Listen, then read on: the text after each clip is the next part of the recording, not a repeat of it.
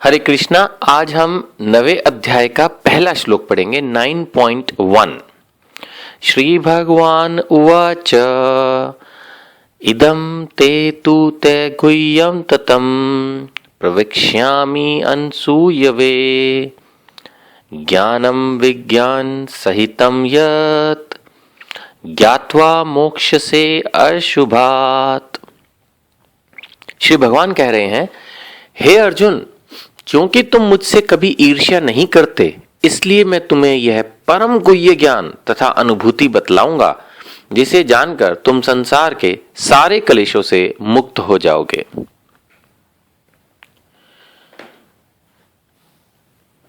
श्रील प्रभुपाद हमेशा कहा करते थे कि भगवत गीता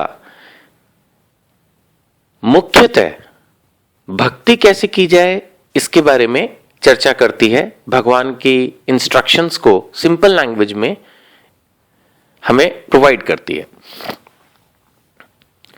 इसके साथ साथ प्रभुपाद जी ये भी कहते थे कि देखा जाए तो ये हमारी लॉ बुक है या इंस्ट्रक्शन मैनुअल है। जैसे अगर हम कोई भी प्रोडक्ट खरीदते हैं, साइंटिस्ट खुद भी मानते हैं कि ह्यूमन बॉडी अपने आप में, ह्यूमन लाइफ अपने आप में एक one of the most complicated machinery है, जिसको साइंटिस्ट समझने में लगे हैं लेकिन अभी पूरी तरह से समझ नहीं पाए हैं।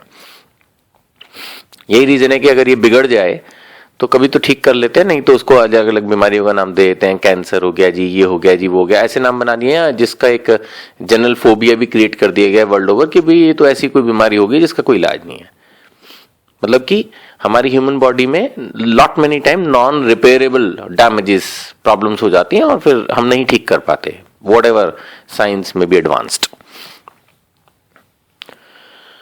तो ये लॉ मैनुअल, ये हमारे जीवन को समझने की जो किताब है भगवत गीता, इसमें अनेक जगह पर मैं पहले भी चर्चा करता रहा हूं, हमारे को जीवन कैसे जिया जाए उसकी इंस्ट्रक्शंस मिलती हैं। और इस श्लोक से हमें ये इंस्ट्रक्शन मिल रही है कि अगर हमें किसी से बेनिफिट लेना है, अगर हमें किसी से नॉलेज लेनी है, तो हमें उस व्यक्ति विशेष की रिस्पेक्ट करनी होगी, हमें उससे ईर्ष्या नहीं करनी होगी, जलन नहीं होनी चाहिए, डिसरिस्पेक्ट नहीं होनी चाहिए, नहीं तो आपको मिलेगा ही नहीं।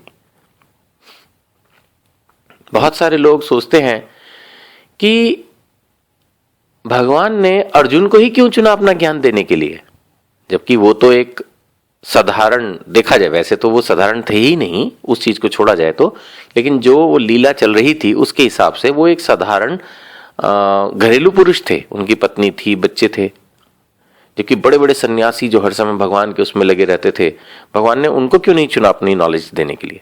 तो यहां भगवान एक और बात, वैसे पहले भी भगवान चौथे अध्याय के तीसरे श्लोक में बता चुके हैं कि मैं तुम्हें क्यों नॉलेज दे रहा हूं, क्योंकि तुम मेरे भक्त हो और मित्र हो। और यहां भगवान एक और क्वालिटी अर्जुन जी की, अर्जुन को बता रहे हैं कि मैं क्यों तुम्हें ये सारा परम गुह्य ज्ञान, इतना कॉन्फिडेंशियल नॉलेज है ये, फिर भी मैं तुम्हें दे रहा हूं। क्यों? क्योंकि तुम मुझसे कभी ईर्ष्या नहीं करते। अर्जुन जी की एक क्वालिटी सामने आ रही है कि वे कभी भगवान से ईर्ष्या नहीं करते। ऐसे अनेक लोग हैं जो भगवत गीता पढ़ते हैं, यहां तक कि उनके ऊपर टिप्पणियां भी लिखते हैं, लेकिन भगवान से ईर्ष्या करते हैं। वे भगवान को महानतम नहीं मानना चाहते। वे सोचते हैं कि जितनी नॉलेज भगवान को उससे ज्यादा मुझ में है या किसी और में है। भगवान से ईर्ष्या करते हैं, इसलिए वो ऊट पटांग टिप्पणियां लिखते हैं। तो अगर हमें रियली भगवत गीता समझनी है, अगर हमें रियली भगवत गीता से ज्ञान चाहिए, भगवान कृष्ण से ज्ञान चाहिए, तो हमें उनसे ईर्ष्या नहीं करनी होगी। हमें यह नहीं सोचना है कि ये क्या बात है, हमारे लिए तो रूल बनाया हुआ है कि हमारी एक पत्नी होगी, खुद की 16,108 रानियां हैं, ये क्या बात है, खुद तो राजा है, इतने बार खाते थे, इतना ये कपड़े पहनते थे, इतना पावर थी, ये था, हमें ऐसा बना दिया। सबको भगवान पावर देते हैं। आप आध्यात्मिक पुस्तकें पढ़िए, कोई भी मनुष्य, कोई भी जीव भक्ति करके मोक्ष प्राप्त कर सकता है। और वो भगवान के जो 5 तरह की मुक्ति है, उसके अंदर जो चौथी तरह की मुक्ति है, 5वीं तो है कि भगवान के साथ खेलना रहना गोलोक वृंदावन में। अदरवाइज अगर हम वैकुंठ लोकों की मुक्ति की कामना करें तो हमें भगवान के समान पावर्स, भगवान के समान लुक्स, सब कुछ मिल सकती है। ईर्ष्या करने का चैप्टर नहीं है ये। डिपेंड्स आप चाहते क्या हैं। भगवान की भक्ति करके अपने आप को शुद्ध बनाकर आप चाहते क्या हैं, व्हाट यू वांट। अगर आपको ये ऐसा लगता है कि भी भगवान के जैसा रूप और भगवान के जैसी पावर्स हमारे अंदर आ जाए, धन आ जाए, यश आ जाए, रूप आ जाए, बल आ जाए, मिल जाता है, सब कुछ मेंशन्ड है। तो हमें भगवान से ईर्ष्या नहीं करनी चाहिए। जैसे कोई बेटा अगर अपने ही पिता से ईर्ष्या करे तो वो गलत है। अगर वो उनसे प्यार करे, रिस्पेक्ट करे, सेवा करे तो उससे कुछ भी मिल सकता है। यही चीज है, हमें भगवान की सेवा करनी है, भगवान के भक्तों की सेवा करनी है, उनसे ईर्ष्या नहीं करनी है, उनमें कमियां नहीं ढूंढनी है। अरे हमारे को समझा रहे हैं गुरुजी, खुद तो देखते नहीं है, खुद तो बैठ के खा लेते हैं, या कुछ भी नेगेटिव थॉट्स 2 मिनट में डेवलप होते हैं गुरु के बारे में, भगवान के बारे में। यही इस श्लोक से हमें नॉलेज मिल रही है कि अगर हमें रियली गुरु से कुछ गेन करनी है, नॉलेज भगवान से अगर हमें नॉलेज गेन करनी है, कृपा प्राप्त करनी है, तो हमें उनसे ईर्ष्या नहीं करनी होगी। हमें ये नहीं सोचना है कि वो क्या कर रहे हैं, या वो क्या कमा रहे हैं, या वो क्या खा रहे हैं, या वो क्या मतलब जो भी व्हाटएवर।